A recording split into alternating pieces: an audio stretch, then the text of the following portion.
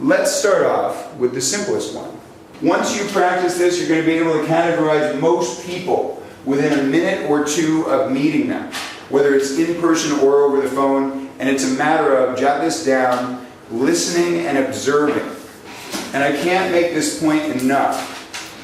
It is absolutely crucial to know what type of person you're dealing with, and there's really two reasons. One is, if you present to the client the wrong way, they literally cannot absorb the information. Right? And we'll go over this in a minute, but they just can't learn because you're presenting it to them in a way that they don't learn.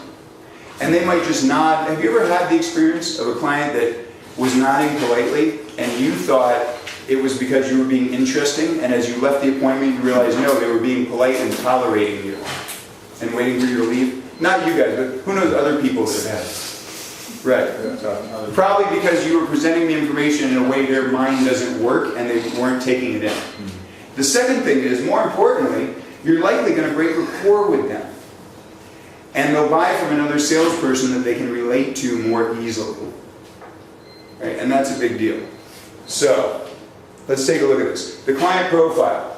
How can we turn this into a profile that will allow us to look at any person and know exactly how to present to them, how to overcome their objections, and how to close them? And what I call this is no pressure persuasion. The greatest thing about this is when you do something the way a person needs it done, they often buy from you, they never feel closed, and they think it was their idea to buy. Right? They literally go, I don't know, right? I just walked in and talked to me about a few things, and the next thing I know, I was just signing. It just seemed to make sense. I don't know, you didn't even pressure me. Well, right, because it's all unconscious sales. And when you're selling to someone's unconscious, you don't need to pressure them. Does that make sense? Mm-hmm. So anybody got any questions up to this point? Feel free. All right. So one of the biggest problems most people have is they sell to a client the way they, the salesperson that is, jot this down, want to be sold to, not the way the client needs to be sold. And the auto industry gives some really glaring examples of this. And I'll just tell you the story. I'm putting it up so we can see it. But, you know, I remember the first time I went to buy a car in California here. And I went out and I knew, I knew the car I wanted. I was on the lot, but all these guys would come up to me and, the second I would say the car, it was a BMW I was looking at. And these guys were so proud. So I'd immediately launch into, oh yes, you've made a good choice. It's got rack and pinion this, and it's got, dual overhead cam that, and everything, all this highly technical stuff. And literally, I walked on the lot, and I was happy, because I thought I was going to make a salesperson's day. I love salespeople. And I'm like, this guy's going to remember me. I'm going to be the easiest sale he had all year. I know what I want. I know how much it costs. I'm ready to buy it. So I said, I'm going to test people. I'm just going to walk on the lot. I'm not going to try. The first guy that proactively approaches me, he's going to get this lay down, this easy deal. And some guy came up to me.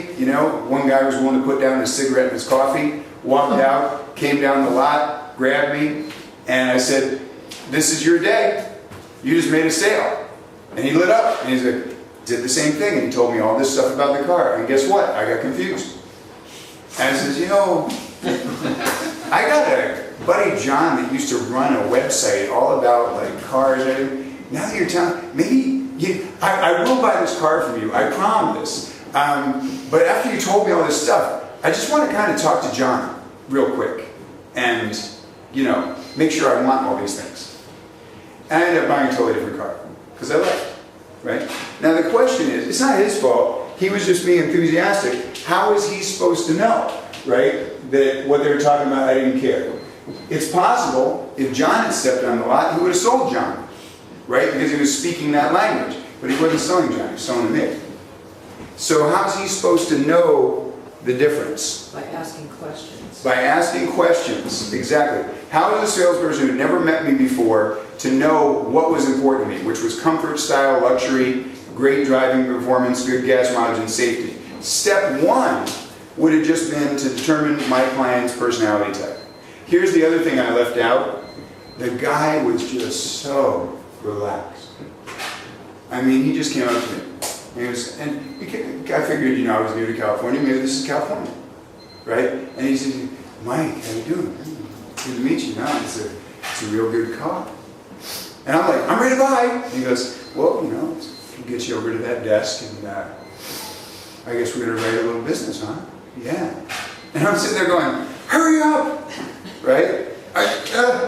So people, here's the thing. Step one, determine your client's personality type. Most people perceive the world in three main ways: what they see, what they hear, and what they feel. Now,